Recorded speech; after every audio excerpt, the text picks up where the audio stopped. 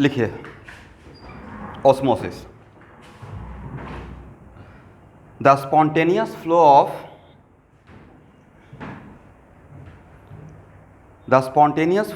solvent particles, the spontaneous flow of solvent particles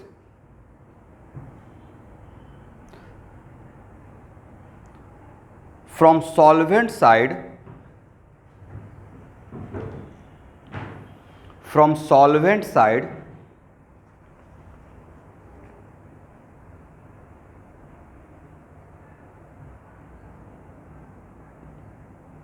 to solution side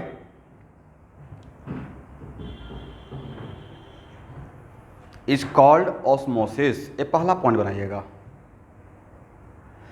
फिर से एक बार repeat कर रहा हूं। The spontaneous flow of solvent particles from solvent side to solution side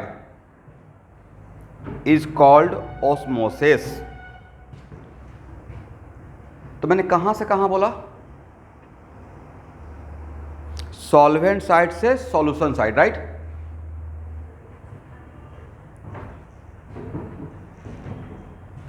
through SPM, SPM का full form तो जानते हैं ना? मेम्ब्रेन। इसमें बाद में आ जाते हैं। एक और पॉइंट बनाइए।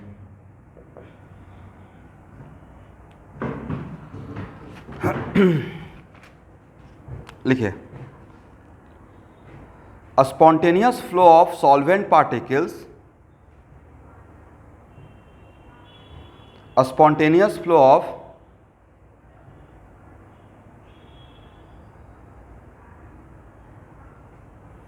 solvent particles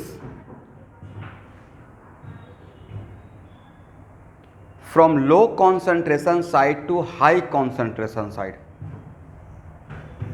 from low concentration side to high concentration side,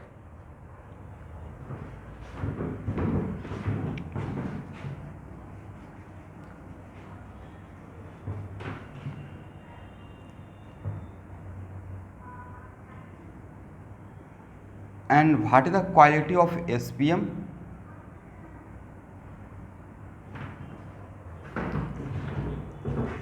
एक लाइन लिख लीजिए। A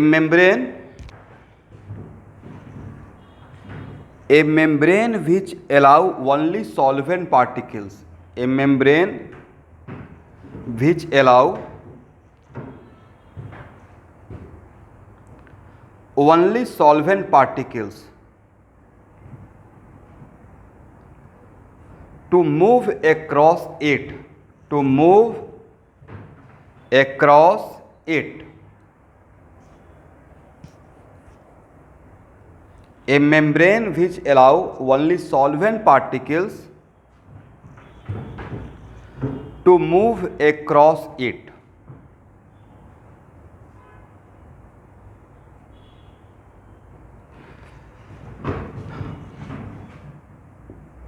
एक ऐसा मेम्ब्रेन तो नहीं लगता कि सॉल्ट ब्रिज के जस्ट उल्टा काम कर रहा है। और इसमें दो टाइप का रहेगा, एक नेचुरल रहेगा, एक आर्टिफिशियल रहेगा।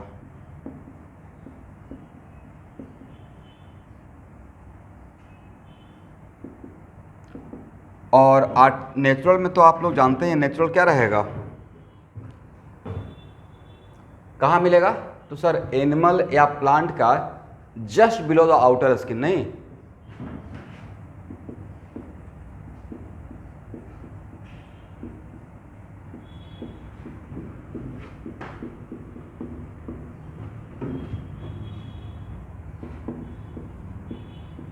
बस एक लाइन लिख लीजिए।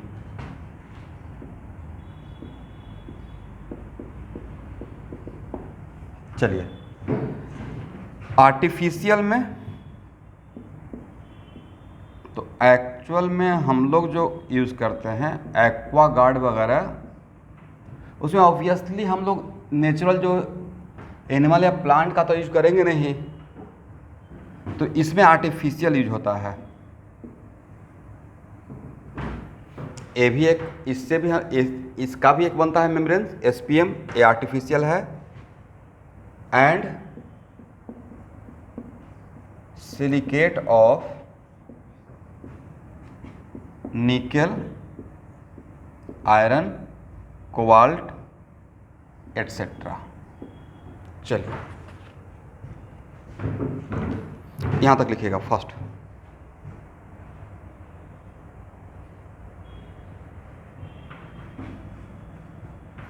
हो गया?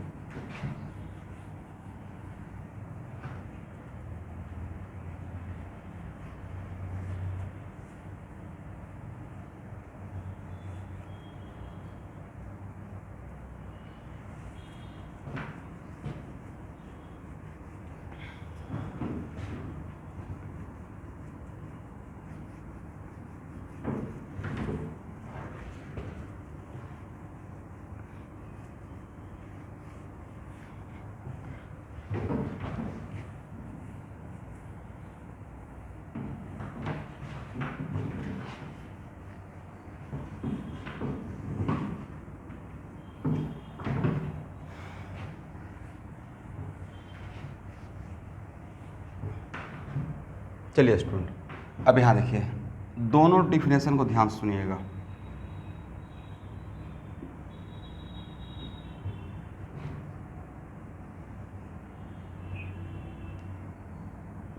ये है एसपीएम, ठीक है, और यहाँ पे सॉल्यूशन है। इसको मैं एक कंटेनर को एक एसपीएम से डिवाइड कर दिया,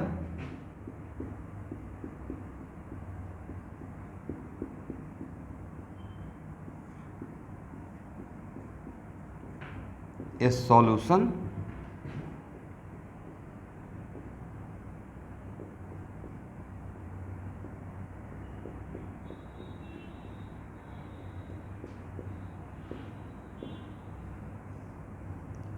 और ए है solvent, correct.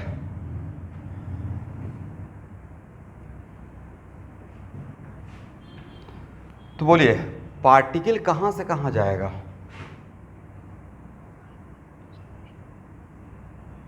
Solvent to solution.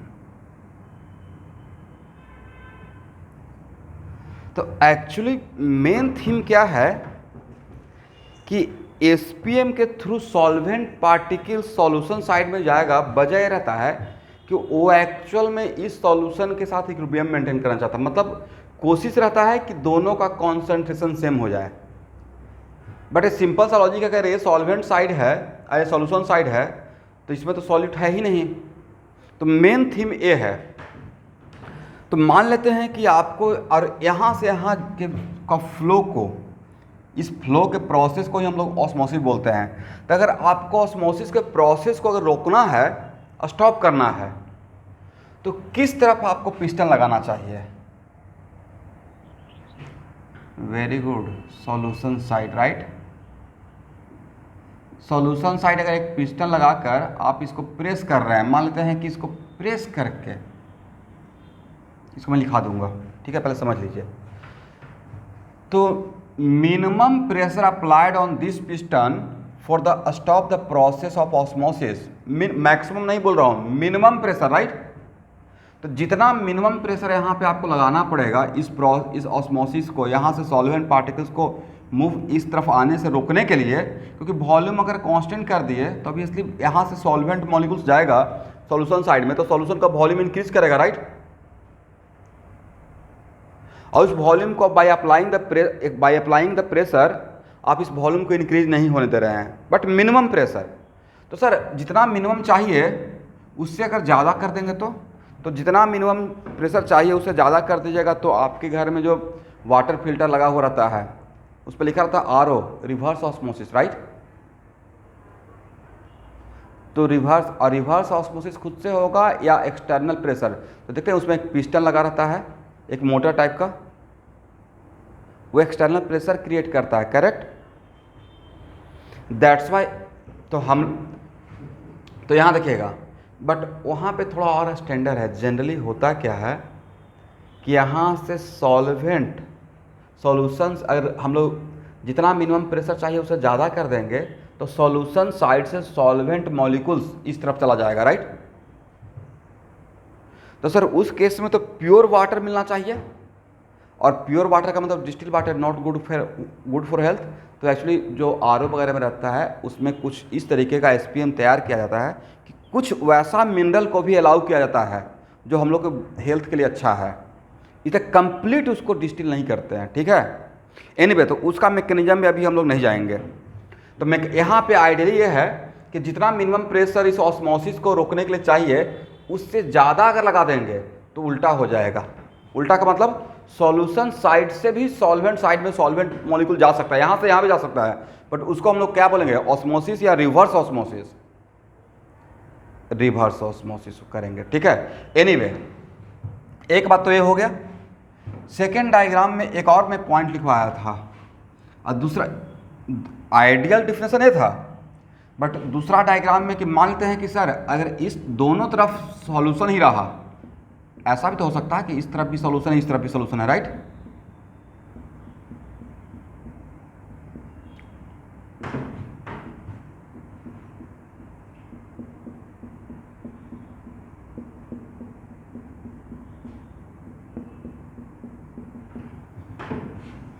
ये है solution first,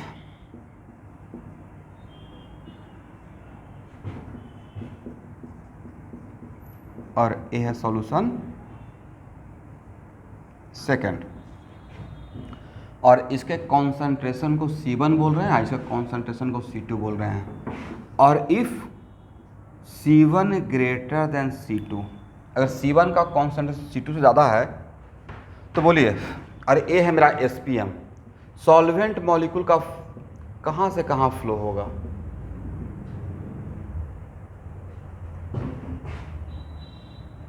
yes low concentration से हाई कॉन्सेंट्रेशन की तरफ, right. From where to where, low concentration से। तो अगर आपको ऑस्मोसिस का प्रोसेस रोकना है तो पिस्टन इधर लगाने का रिक्वायरमेंट है या पिस्टन इधर लगाने का रिक्वायरमेंट है। तो बड़ा अनयूजुअल लगता है कि एक्चुअली यहाँ लगाने का रिक्वायरमेंट पड़ेगा, राइट। बजाय आगे चल के थोड़ा देर के बाद ही पढ़ा दूंगा कि जिस सॉल्यूशन का कॉन्सेंट्रेशन ज़्यादा रहता है उसका ऑस्मोटिक प्रेशर ज़्यादा होता है। बट एक्चुअल में कोई पूछेगा कि इस सॉल्यूशन में किसका ऑस्मोटिक प्रेशर ज़्यादा, तो ऐसे आप लोग भी तो फार्मूला जानते ही होंगे ना, CRT, राइट। ऑस्मोटिक प्रेशर का वन ऑफ द फार्मूला तो पक्का जानते होंगे। ऑस्मोटिक प्रेशर को पाई से इंडिकेट करते हैं, osmotic pressure equal to CRT। तो जिसका कॉन्सेंट्रेशन ज़्यादा उसका ऑस्मोटिक प्रेशर ज़्यादा, जिसका कॉन्सेंट्रेशन कम उसका ऑस्मोटिक प्रेशर कम। तो इन दोनों में किसका ऑस्मोटिक प्रेशर ज़्यादा रहेगा। तो सर इसका और इसका ऑस्मोटिक प्रेशर को पाई1 बोला जाए, इसका ऑस्मोटिक प्रेशर का पाई2, तो ऑब्वियसली पाई1 ग्रेटर देन पाई2। तो बड़ा अनयूजुअल नहीं लग रहा है कि जिस तरफ ऑस्मोटिक प्रेशर ज़्यादा है उसी तरफ हम लोग को पिस्टन भी लगाना पड़ेगा ऑस्मोसिस को रोकने के लिए, राइट। थोड़ा अनयूजुअल टाइप का फील हो रहा है कि जिस तरफ ऑस्मोटिक प्रेशर ज़्यादा है उसी तरफ आपको ऑस्मोसिस के प्रोसेस को अगर रोकना चाहते हैं इस SPM के थ्रू, तो इधर ही पिस्टन लगाना पड़ेगा। वजह क्या है, वजह है कि एक्चुअल में यहाँ पे इसका ऐसा मैकेनिज्म है कि सॉल्वेंट मॉलिक्यूल्स का फ्लो लो कॉन्सेंट्रेशन से हाई और लो कॉन्सेंट्रेशन से हाई कॉन्सेंट्रेशन तक कब तक फ्लो होते रहेगा सर, जब तब तक होते रहेगा जब तक दोनों का कॉन्सेंट्रेशन इक्वल नहीं हो जाए, करेक्ट। अब यहाँ देखिए, तो सर जैसे जैसे यहाँ से सॉल्वेंट मॉलिक्यूल्स इस तरफ से इस तरफ आते रहेगा तो इसका कॉन्सेंट्रेशन इंक्रीज करेगा, इसका कॉन्सेंट्रेशन डिक्रीज करेगा। Is it correct? Obviously correct. यहाँ से सॉल्वेंट कम हो रहा है, सॉल्यूट तो उतना ही है, तो इसका कॉन्सेंट्रेशन इंक्रीज करेगा, इसका कॉन्सेंट्रेशन डिक्रीज करेगा। तो नहीं लेता कि इन दोनों के बीच का कॉन्सेंट्रेशन का डिफरेंस कम होगा, मतलब ऑस्मोटिक प्रेशर का डिफरेंस कम होने लगेगा, राइट। बोलिए भाई, बड़ा इंटरेस्टिंग है। और एक ऐसा टाइम आएगा जहाँ पे ऑस्मोसिस का प्रोसेस स्टॉप हो जाएगा। वो टाइम कब रहेगा? जब दोनों का ऑस्मोटिक प्रेशर सेम हो जाएगा, मतलब दोनों का कॉन्सेंट्रेशन सेम हो जाएगा एट ए गिवन टेम्परेचर, राइट। तो स्टूडेंट, सबसे फास्ट मूवमेंट, सबसे फास्ट फ्लो, सबसे फास्ट ऑस्मोसिस का प्रोसेस सर T=0 पर होगा, जहाँ पे डिफरेंस ज़्यादा था, राइट। जैसे सॉल्वेंट मॉलिक्यूल इस तरफ जाने लगेगा वैसे वैसे इन दोनों के बीच का इन दोनों के बीच का सॉल्यूशन का कॉन्सेंट्रेशन डिक्रीज करना स्टार्ट हो जाएगा, राइट। और डिक्रीज करेगा तो दोनों के बीच का ऑस्मोटिक प्रेशर का डिफरेंस भी कम होगा। इसका मतलब अगर ऐसा ऑब्जेक्टिव आया कि सबसे ज़्यादा ऑस्मोसिस का रेट कहाँ कब रहेगा, तो जिस टाइम पे हम लोग स्टार्ट करेंगे T=0 पे। Is correct? और वैसा सॉल्यूशन जिस तरफ का ऑस्मोटिक प्रेशर ज़्यादा रहता है उसको बोलते हैं हाइपरटोनिक सॉल्यूशन। क्या बोलेंगे? इसको लिखवाने का रिक्वायरमेंट है या सिर्फ बोलने से समझ में आ जाएगा? The solution which have higher osmotic pressure is called what? Hypertonic. And the solution which have low osmotic pressure, आप लिख लीजिए एक line, low osmotic pressure is called hypotonic solution. Correct ना? तो ये मेरा सॉल्यूशन क्या है? हाइपोटोनिक, और ये मेरा सॉल्यूशन क्या है? हाइपरटोनिक।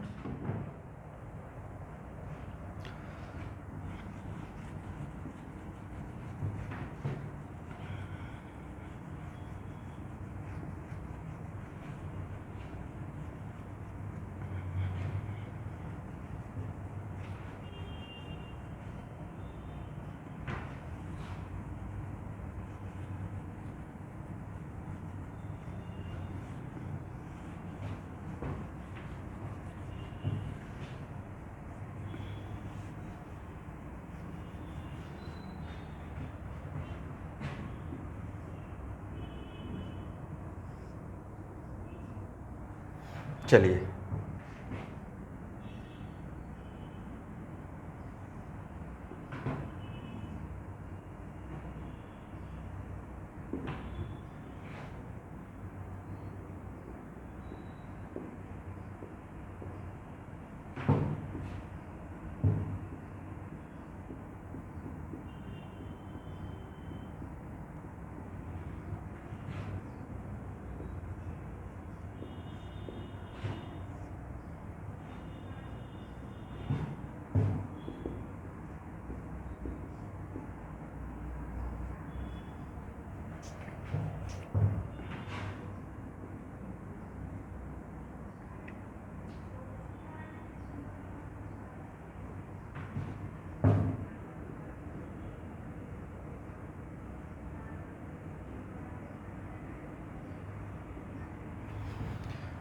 चलिए आप बताइए तो कौन सा सॉल्यूशन हाइपरटोनिक है, कौन सा हाइपोटोनिक है?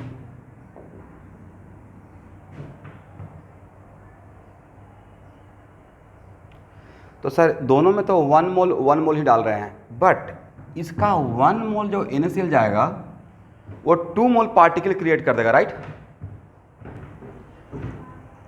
अब मुझे NaCl से मतलब है या सॉलिड पार्टिकल से, चाहे वो कटायन के फॉर्म में हो, अनायन के फॉर्म में है, या जैसे भी हो, राइट। इसका मतलब यहाँ पे बाहर से लग रहा है कि लुक्स लाइक 1 मोल सॉलिड, 1 मोल इसका डाले हैं और दोनों का वॉल्यूम सेम रखा हूँ, इसका भी 1 मोल, इसका भी 1 मोल, बट इसका 1 मोल सॉल्यूट यहाँ पे 2 मोल सॉल्यूट का काम जाके करेगा अंदर में, राइट। 100% डिसोसिएट हो जाएगा। दैट्स वाई यहाँ पे अगर इसका आप निकालेंगे पाई ए, तो मुझे लगता है कि जब इसका कॉन्सेंट्रेशन लेंगे CaRT और इसका दोनों का टेम्परेचर सेम रखते हैं कंपेयर करने के लिए, पाई बी तो CbRT, तो यहाँ का कॉन्सेंट्रेशन के लिए हम लोग को पुट करना पड़ेगा 1/2 RT, right, number of mole of solute divide by total volume. But यहाँ के लिए इसी को आगे चल के वांडा फैक्टर पढ़ेंगे, वांडा फैक्टर। तो नहीं लगता है कि सर इसमें तो लिखना 1/2 करेंगे बट 2 से मल्टीप्लाई कर देना पड़ेगा क्योंकि जस्ट डबल मिलेगा, राइट। दैट्स वाई मेरा ये सॉल्यूशन क्या है? हाइपरटोनिक है। जब इसके साथ कंपेयर करेंगे तो और ये सॉल्यूशन क्या रहेगा? हाइपोटोनिक रहेगा।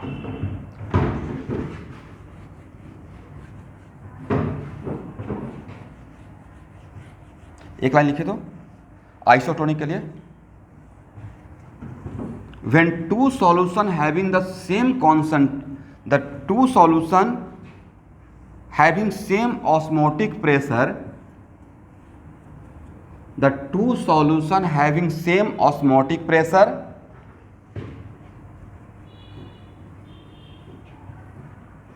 is called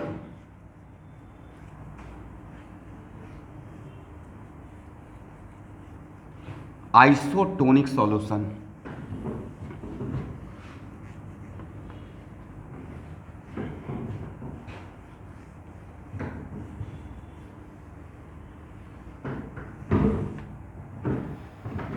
अब यहाँ देखिए, इसमें थोड़ा देर के बाद आएंगे। इज इट कंपलसरी कि दो आइसोटोनिक सॉल्यूशन के लिए कॉन्सेंट्रेशन सेम हो सॉल्यूट का?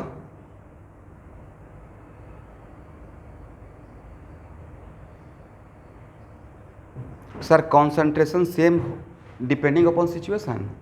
यहाँ देखिए, सॉल्यूट मान लेते कि अगर NaCl का बात किया जाए तो ये भी तो सॉल्यूट मेरा NaCl है, अंदर में जाकर क्या हुआ तो एबनॉर्मल कैरेक्टर है, बट दोनों का सेम मोल लेते हुए भी क्या क्या सेम हुआ? इसका मतलब है सर मे और मे नॉट, मे और इवन इफ कॉन्सेंट्रेशन डिफरेंट होते हुए भी ऑस्मोटिक कॉन्सेंट्रेशन सेम होते हुए भी ऑस्मोटिक प्रेशर डिफरेंट हो सकता है। बाद में पढ़ाएंगे क्यों। तो सर शायद डिसोसिएशन एसोसिएशन नहीं हुआ, डिसोसिएशन एसोसिएशन नहीं होगा तब भी सेम हो सकता है। सर फार्मूला हम लोग आगे पढ़ेंगे, और pressure equal to CRT, temperature भी तो है। हो सकता है कॉन्सेंट्रेशन सेम कर दें, डिसोसिएशन भी नहीं हो, बट टेम्परेचर डिफरेंट कर देंगे तो तब भी तो प्रेशर क्या हो जाएगा, डिफरेंट हो जाएगा, right. This is the reason कि आइसोटोनिक सोल्यूशन के लिए मैंने ये नहीं बोला कि if two solution having the same concentration, मैंने मेन की पॉइंट बोला if two solution having the same osmotic pressure, right. अब ऑस्मोटिक प्रेशर सेम होना चाहिए, उसलिए कॉन्सेंट्रेशन सेम हो भी सकता है और नहीं भी हो सकता है, क्योंकि osmotic pressure depends on two factor, concentration as well as also on temperature. Is it correct?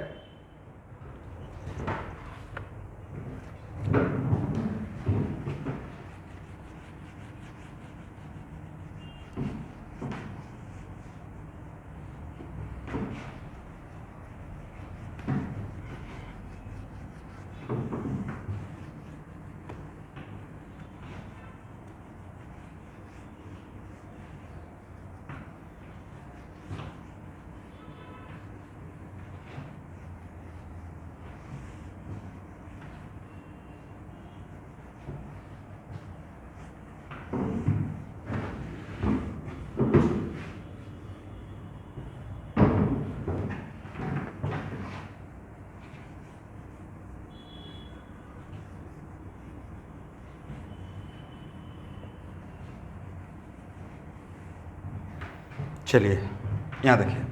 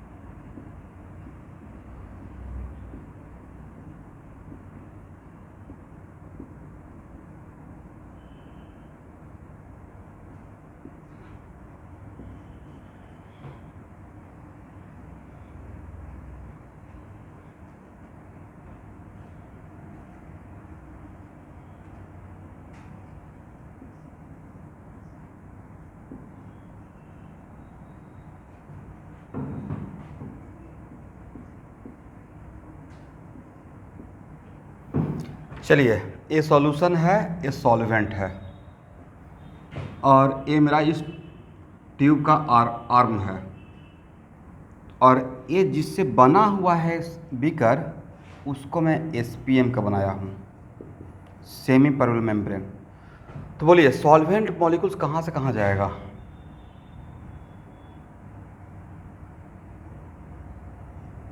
यहाँ से यहाँ जाएगा, राइट।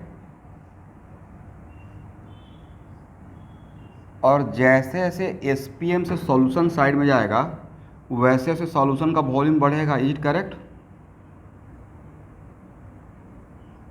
तो यहाँ से वॉल्यूम बढ़ते बढ़ते यहाँ तक। बट एक्चुअल में ये ऑब्जर्व किया गया कि कुछ हाइट तक जाने के बाद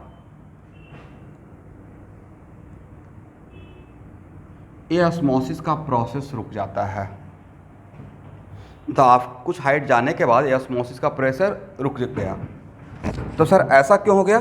यहाँ ध्यान से समझिएगा, इसको डिफिनेशन बाद में लिखवा दूंगा। तो मान ले सब लोग ज्वाइन किए हुए हैं ना, ये थोड़ा कॉन्सेप्चुअल है।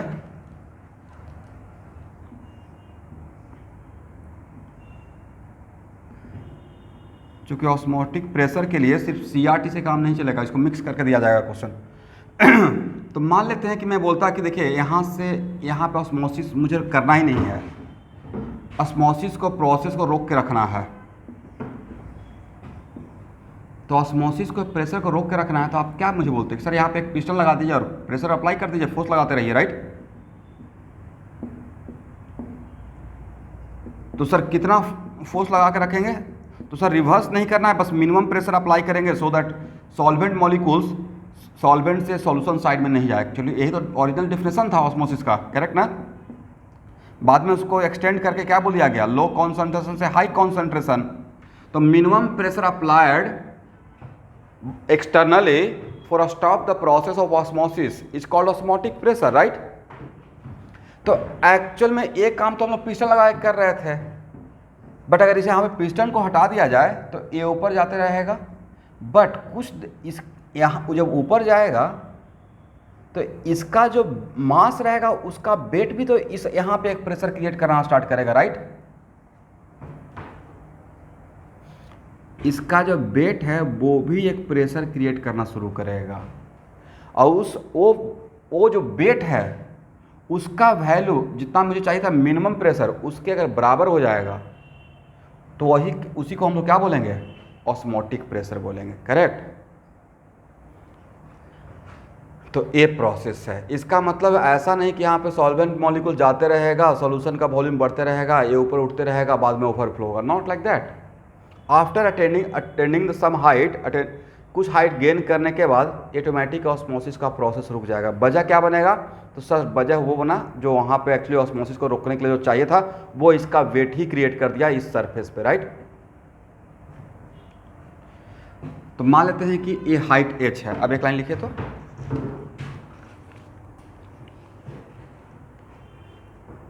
ऑस्मोटिक प्रेशर के लिए ये डायग्राम से समझ में आ गया ना कि क्यों रुक जाएगा after some time height attend करने के बाद।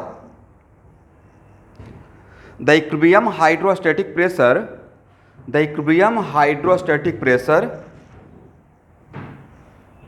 developed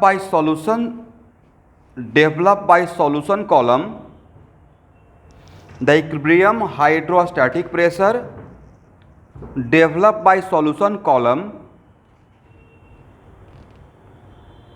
when it is separated from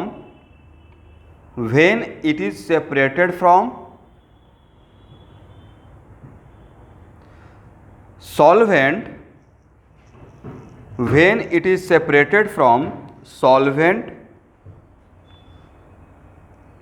by SPM, solvent by SPM is called osmotic pressure of solution, is called osmotic pressure of solution.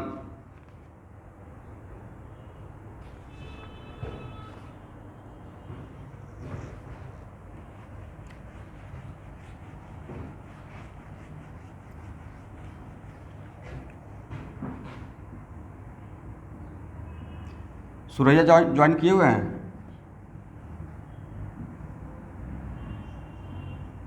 चलिए, तो ज्वाइन किए हुए तो इसका फ्री बॉडी डायग्राम बनाइए। फ्री बॉडी डायग्राम तो ये होगा ना सर, mg एक फोर्स लगेगा, राइट। यहाँ का पार्ट तो रेस्ट में है, इक्विलिब्रियम में है, तो एक फोर्स तो mg लगेगा। और m क्या होगा सर, मान लेते हैं कि इसका क्रॉस सेक्शनल एरिया अगर a है तो क्या बोल सकते हैं, डेंसिटी इंटू वॉल्यूम। किसका वॉल्यूम, यहाँ का वॉल्यूम। और वॉल्यूम कितना रहेगा sir, rho A H, correct ना स्टूडेंट। और रो यहाँ पे किसका लीजिएगा, रो सॉल्वेंट का या सॉल्यूशन का, तो सर सॉल्यूशन का है, करेक्ट, क्योंकि सॉल्यूशन ये सॉल्वेंट नहीं है, जो ऊपर गया है सॉल्यूशन है गया है, राइट। यहाँ पे सॉल्वेंट मॉलिक्यूल आकर सॉल्यूशन बना हुआ है। अब देखिए एक्चुअली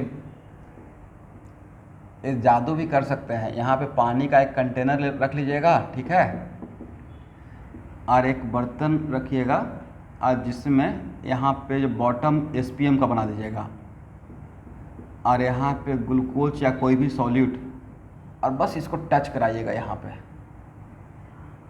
टच कहाँ से नहीं लेता है, खुद से यहाँ पे वाटर मॉलिक्यूल जाना स्टार्ट हो जाएगा,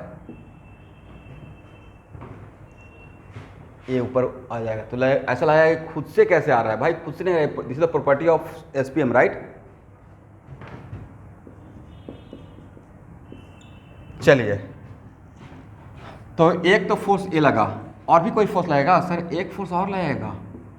कौन लगाएगा, P atmosphere into area, correct.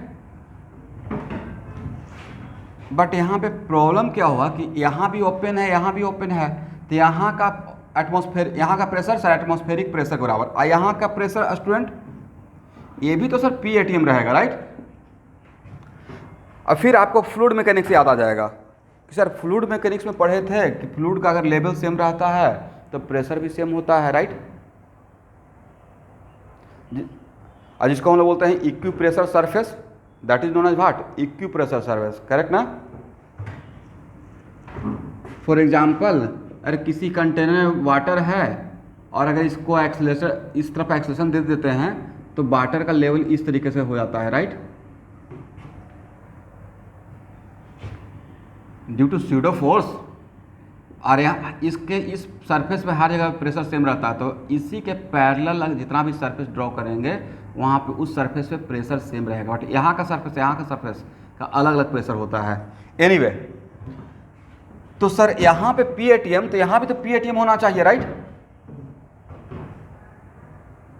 भाई, ए और ए, बट यहाँ पे नहीं होगा, क्योंकि अगर यहाँ पे भी आप force P ATM into area कर दीजिएगा तो ए और ए कैंसिल हो जाएगा, तो नेट फोर्स mg बचेगा, जो जिसकी वजह से नीचे आ जाएगा, करेक्ट ना। तो सर ऐसा क्यों नहीं हुआ है, तो फ्लूइड मैकेनिक्स का प्रॉपर्टी था भाई, फ्लूइड मैकेनिक्स का प्रॉपर्टी था, बट उसमें ये भी था कि fluid should be same, right. यहाँ पे जो फ्लूइड है और यहाँ का फ्लूइड सेम फ्लूइड है या अलग अलग फ्लूइड हो गया, सर ये सॉल्वेंट है, सॉल्यूशन है, ये सॉल्वेंट है और ये सॉल्यूशन है, बीच में एक दीवार है, बाउंड्री है SPM का, करेक्ट। ये SPM भी तो एक आने के लिए फोर्स लगा के रखा है, ये सिर्फ यहाँ पे नहीं है, तो ये एक्चुअली ड्यू टू SPM यहाँ का प्रेशर और यहाँ का प्रेशर इक्वल नहीं होगा, समझ गया स्टूडेंट। दैट्स वाई यहाँ का प्रेशर P ATM है, तो यहाँ के प्रेशर को P ATM नहीं लेंगे, यहाँ का प्रेशर को P लेंगे, करेक्ट। अब चलिए, upward force equal downward force कर सकते हैं। ये F1 है तो इसको F2 कर दीजिए, मतलब F2 इक्वल टू F1 अब प्लस mg, और F2 कितना, P into A equal to P atmosphere into A, अब प्लस m के लिए rho g h a, is it correct. A से F1 ठीक तो है, upward force equal to downward force, ठीक है भाई, देखिए ना। अब देखिए मतलब मैं इसको F2 बोल दिया, तो क्या यहाँ पे ए और ए कैंसिल हो जाएगा, तो P minus P atmosphere, P minus P atmosphere equal to what, rho ji H. और P minus P atmosphere, this is the extra pressure required for stop the process of osmosis, right. इस atmospheric pressure के यहाँ पे जो pressure P लग रहा था, तो यहाँ पे ये जो प्रेशर P है और ये एटमॉस्फेरिक बाहर का प्रेशर से जितना एक्स्ट्रा प्रेशर का रिक्वायरमेंट हुआ, इसी को हम लोग क्या बोल रहे हैं, ऑस्मोटिक प्रेशर नाम दिए हुए हैं, करेक्ट ना। और डिफिनेशन में भी तो यही बोला गया है, इक्विलिब्रियम का मतलब क्या, एक्सेलेरेशन जीरो, मतलब सारा नेट फोर्स जीरो, तो बोला क्या था, इक्विलिब्रियम हाइड्रोस्टैटिक प्रेशर। तो भाई जो लिक्विड प्रेशर क्रिएट करता है उसी को हम लोग बोलते हैं हाइड्रोस्टैटिक। जनरली वाटर के लिए हाइड्रोस्टैटिक टर्म होता है, बट जनरली हम लोग दूसरे के लिए भी बोल देते हैं बात। तो pressure develop due to height of the liquid column is called what, hydrostatic pressure. इसी को हम लोग क्या नाम दिए हुए हैं, ऑस्मोटिक प्रेशर। वजह इसी की वजह से सर इसका हाइट अटेन हो रहा था, तो इसके वेट की वजह से रुक गया है ऑस्मोसिस। तो this is called pi equal to rho ji H. यहाँ तो इस फार्मूला डायरेक्ट भी मैं लिखवा सकता था, बट मैं इसको थोड़ा समझा के लिखवाया तो आपको ज़्यादा कॉन्फिडेंस आ जाएगा इस फार्मूला पे। एक फार्मूला तो मिल गया, लेकिन यहाँ पे अब आप लोग से थोड़ा प्रॉब्लम होगा। वजह सर इसका आंसर कैसे निकालेंगे, बोलिए हिमाश्री, डेटा कैसे पुट कीजिएगा।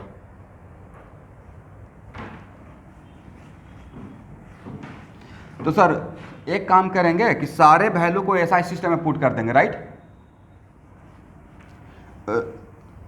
तो रो का एसआई सिस्टम क्या, केजी पर मीटर क्यूब, जी का 9.8 या अपना लाइफ इजी करें 10 मीटर पर सेकंड स्क्वायर ले लीजिएगा, हाइट को मीटर में ले लीजिएगा। तो सर अगर सारे वैल्यू को एसआई सिस्टम में बोल रहे हैं तो प्रेशर भी तो न्यूटन पर मीटर स्क्वायर में आ जाएगा, करेक्ट। तो भाई कोई प्रॉब्लम नहीं है, न्यूटन पर मीटर स्क्वायर में आ जाएगा। तो हम we know that 1 × 10⁵ newton per metre square equal to 1 ATM। वहाँ से क्या ATM में कन्वर्ट कर लेंगे। इसका मतलब फार्मूला से ATM में वैल्यू निकालने के लिए कोई प्रॉब्लम, सर पहले न्यूटन पर मीटर स्क्वायर में निकाल लेंगे, उसको बाद में डिवाइड कर लेंगे। यहाँ पे प्रॉब्लम होगा, फार्मूला जानते हुए भी आंसर नहीं आता है, ठीक है। तो आप समझ में आ गया कि मैं यहाँ पे क्या बोला। चलिए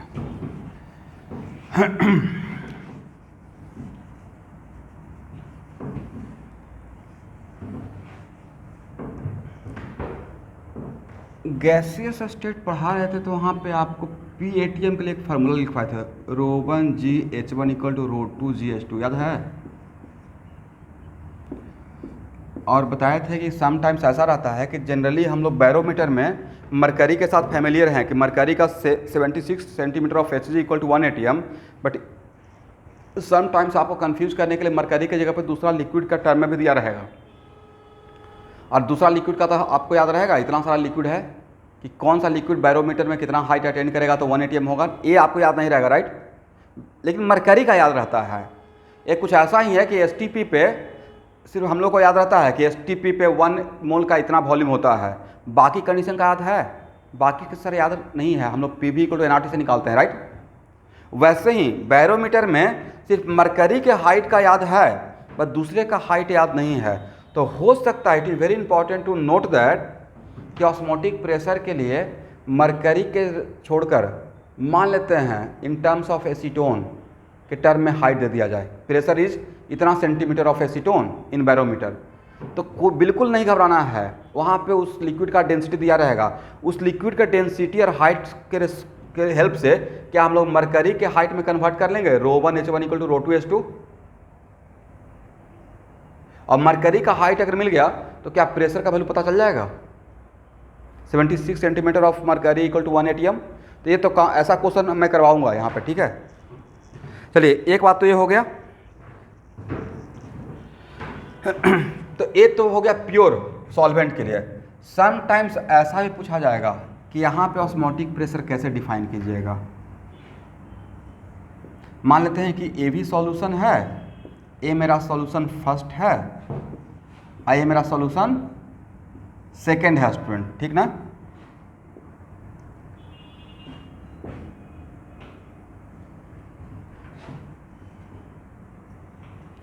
और इसका कॉन्सेंट्रेशन C1 और इसका concentration C2,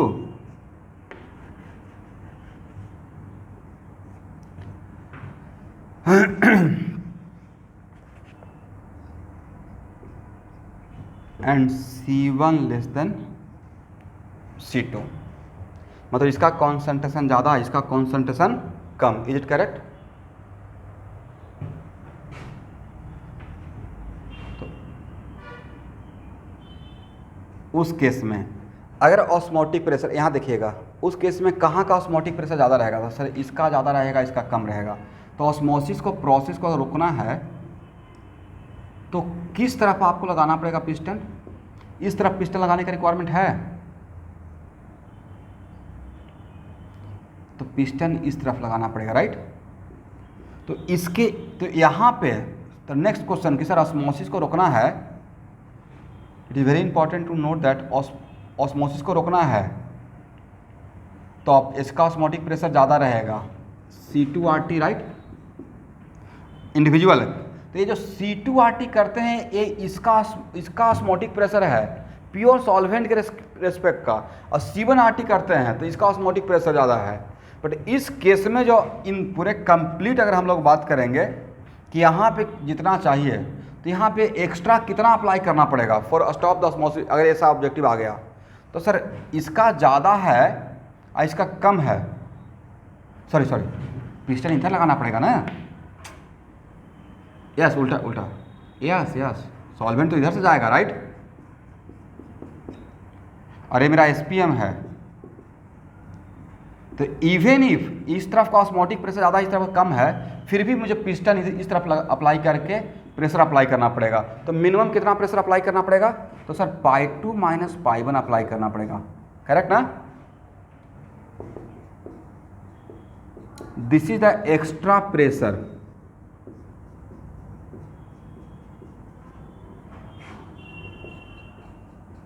apply on high concentration site, right? ये ऑब्जेक्टिव आएगा, ये पूछा जाएगा कैसा सॉल्यूशन है तो किस तरफ पिस्टन लगाना है और कितना अमाउंट से उस पर प्रेशर डेवलप करना है। तो जिस तरफ कॉन्सेंट्रेशन ज़्यादा है ऑब्वियसली उस तरफ क्या रहेगा, ऑस्मोटिक प्रेशर ज़्यादा रहेगा, तो उसी तरफ अप्लाई करना पड़ता है। तो this is the extra pressure apply on the high concentration side to, और ये है extra pressure π2 - π1 to the, this is the extra pressure apply on the side concentration, apply on high concentration side to stop the process of osmosis। ये draw कर लीजिएगा। चलिए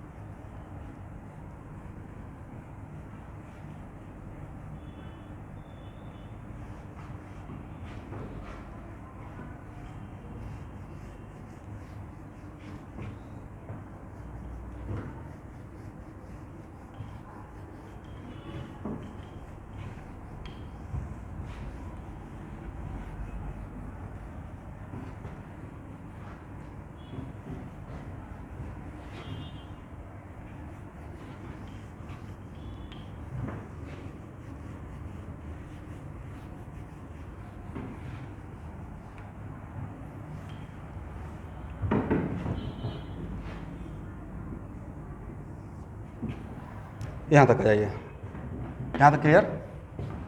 अब लिखिए law of osmosis.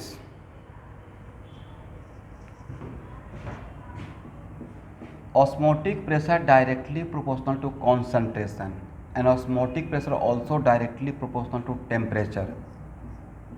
तो osmotic pressure equal to RCT। अरे आप लोगों को पता ही है कि R क्या है, बोलिए R क्या है? यहाँ पे यूनिवर्सल गैस कांस्टेंट, तो इसी को हम लोग बोलते हैं CRT। आपको नहीं लगता कि ये बिल्कुल सर इसके साथ कुछ मैच कर गया है, PV = NRT के साथ, राइट? यहाँ पे अगर एन बाई वी कीजिएगा तो ए भी तो मोलरिटी है, यहाँ भी ए भी क्या है, मोलरिटी है, right.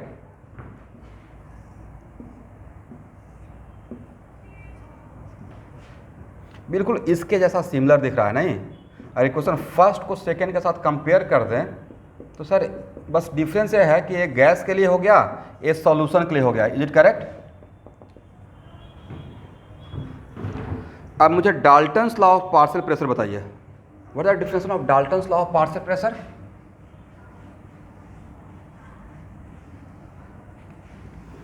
Dalton's law of partial pressure था कि total pressure of gaseous mixture, right, total pressure of gaseous mixture is the sum of individual partial pressure of each component at constant volume and temperature. I am right? तो भाई ditto solution के लिए भी रहेगा। Is it compulsory कि एक container में same solvent में एक ही सॉल्यूट रहे? मान लेते हैं कि सॉल्वेंट मेरा एक है और यहाँ पे सपोज कीजिए सॉल्यूट ए भी है, सॉल्यूट बी भी है, सॉल्यूट डी भी है, 3 सॉल्यूट है और तो सबके लिए वॉल्यूम और टेम्परेचर तो सेम रहेगा, राइट। टी भी कांस्टेंट हो गया, अभी तो कांस्टेंट रहेगा ही। तो इसका कॉन्सेंट्रेशन क्या रहेगा, सी ए, और इसका कॉन्सेंट्रेशन क्या रहेगा, सी बी, और इसका कॉन्सेंट्रेशन क्या रहेगा, C D. Is it correct ना? कहने का सेंस है कि क्वेश्चन में एन भाई एक ही सॉल्यूशन में बहुत सारा सॉल्यूट डाल दिया जाएगा। हो सकता है NaCl भी हो, HCl भी हो, H2SO4 भी हो, करेक्ट ना, और ऑल आर सॉल्यूट। तो उस टाइम पे आपसे पूछा जाएगा total osmotic pressure, total osmotic pressure of solution. तो क्या कीजिएगा सर, यहाँ भी डाल्टन्स लॉ के जैसा ही कर देंगे, osmotic pressure due to A plus osmotic pressure due to B. अभी हम लोग बिल्कुल नॉर्मल कोलिगेटिव प्रॉपर्टी पढ़ रहे हैं, ठीक है student. Osmotic pressure due to A plus osmotic pressure due to B, इसका मतलब सबका इंडिविजुअल निकाल कर ऐड कर देंगे। Is correct? तो sir CA/RT plus CB/RT plus CD/RT सब में कॉमन RT हो जाएगा ना। तो sir CA plus CB plus CD और कॉमन बाहर RT निकाल लीजिए। अब नेक्स्ट क्वेश्चन की सर वैल्यू क्या पुट करेंगे? तो C का यूनिट क्या है, मोल पर लीटर। C जनरली C क्या है, मोलरिटी यहाँ पे है, याद रखिएगा। C क्या रहेगा यहाँ पे स्टूडेंट, मोलरिटी, मोल पर लीटर। तो जनरली जहाँ पे हम लोग लीटर यूज करना स्टार्ट करते हैं वहाँ पे R का वैल्यू 0.0821 लेते हैं, राइट। तो अगर इसका यूनिट रहेगा मोल पर लीटर तो R का वैल्यू पुट करेंगे 0.0821 लीटर एटमॉस्फेयर पर मोल पर केल्विन। तो वहाँ पे वैल्यू जो मिलेगा वो प्रेशर ATM में मिलेगा। किसमें मिलेगा? अब बातों को समझिए, मतलब ये तो हो गया कि अगर इस तरीके का रहेगा तो हम लोग इसका net osmotic pressure Dalton's law के जैसा ही अप्लाई करेंगे, करेक्ट ना। और इन सब में अभी मैं वान डर फैक्टर नहीं ला रहा हूँ क्योंकि अभी पर पढ़ाया ही नहीं हूँ। देखिए वान डर फैक्टर बस एक लाइन में काम चल जाएगा, कुछ है ही नहीं। ऐसे आप लोग जानते होंगे CP abnormal by CP normal है, यही होता है ना वान डर फैक्टर। तो भाई वान डर फैक्टर अगर अलग से निकालने के लिए सिखा दें, अलग से निकालने के लिए, और CP नॉर्मल पता है तो CP नॉर्मल का मतलब उस टाइम पे एसोसिएशन डिसोसिएशन नहीं सोचना है। तो CP नॉर्मल पता है और वान डर फैक्टर पता है कि तो क्या CP एबनॉर्मल नहीं होगा? क्रॉस मल्टीप्लाई करके, क्रॉस मल्टीप्लाई ही तो करना रहेगा, करेक्ट। एनीवे, अब क्वेश्चन ऐसे दिया जाएगा, समटाइम्स कॉन्सेंट्रेशन सॉल्यूशन का दिया रहेगा, टेम्परेचर दिया रहेगा, करेक्ट, और डेंसिटी भी दिया रहेगा, तब हाइट ऑफ कॉलम, जहाँ पे ऑस्मोटिक प्रेशर के लिए जो हाइट ऑफ कॉलम पूछा, तो ऑस्मोटिक प्रेशर का एक डिफरेंस भी तो था, height gain by hydrostatic pressure. तो जो हाइड्रोस्टैटिक प्रेशर डेवलप करने के लिए जो इस कॉलम में जो हाइट अटेंड करता है तो ये हाइट पूछा जाएगा। तो क्या करना है सर, कोई बात नहीं है, ऐसे कर लेंगे, pi equal to CRT, right, first equation. यहाँ से A निकाल लेंगे और पाई इक्वल टू अभी सीखे रो जी एच, करेक्ट। इस पाई के वैल्यू को यहां पुट कर देंगे तो एच निकल जाएगा, पाई बाई रो जी। बट वहां पे केयरफुल रहिएगा, हो सकता है कि यहां पे पाई एटीएम में निकाले हैं, बट यहाँ पे रो और जी तो ऐसा ही सिस्टम पुट करेंगे, तब कैसे कीजिएगा? तो सर जो एटीएम में है उसको न्यूटन पर मीटर स्क्वायर में कर देंगे। मतलब यहाँ के बाद जो मैं बोल रहा हूँ नहीं लगता, यूनिट एंड डायमेंशन का बात कर रहा हूँ, यूनिट का ख्याल रख लीजिएगा। तो इस फार्मूला में थोड़ा बहुत आप लोग भी बोलिए भाई, बाकी लोग ये समझ में आ गया ना कि यहाँ से कॉन्सेंट्रेशन और टेम्परेचर दिया रहेगा, रो दिया रहेगा, और हाइट इन द कॉलम निकालना रहेगा, बीकर का कॉलम में कितना हाइट अटेंड किया है। तो pi equal to C R T, यहाँ से पाई निकाल लेंगे, और फिर pi equal to also rho ji h होता है, तो यहाँ से h equal to pi by rho into g. अगर पाई का वैल्यू ऑस्मोटिक प्रेशर का वैल्यू एटीएम में रहेगा तो उस टाइम पे हम लोग क्या करेंगे, उस टाइम पे हम लोग एटीएम को न्यूटन पर मीटर स्क्वायर में कन्वर्ट करके ऐसा सिस्टम पुट करेंगे, और हाइट मीटर में आएगा, करेक्ट। सारा वैल्यू ऐसा सिस्टम में है तो हाइट भी तो मीटर में आ जाएगा, करेक्ट ना।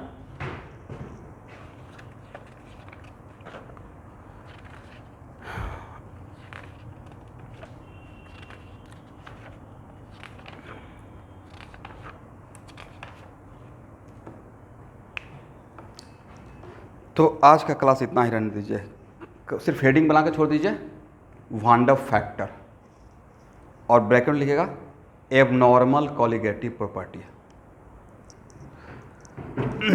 कल हम लोग एबनॉर्मल कॉलिगेटिव कवर करेंगे। Thank you everyone.